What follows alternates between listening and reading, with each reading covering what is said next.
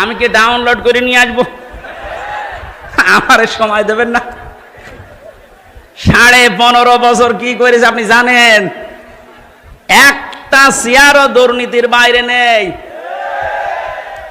যেইটারে মনে করতাম না এটা আল্লাহওয়ালা মানুষ দরবেশ, ওইটা আরো বড় খারাপ, দাড়ি কেটে নম হয়ে গেছে।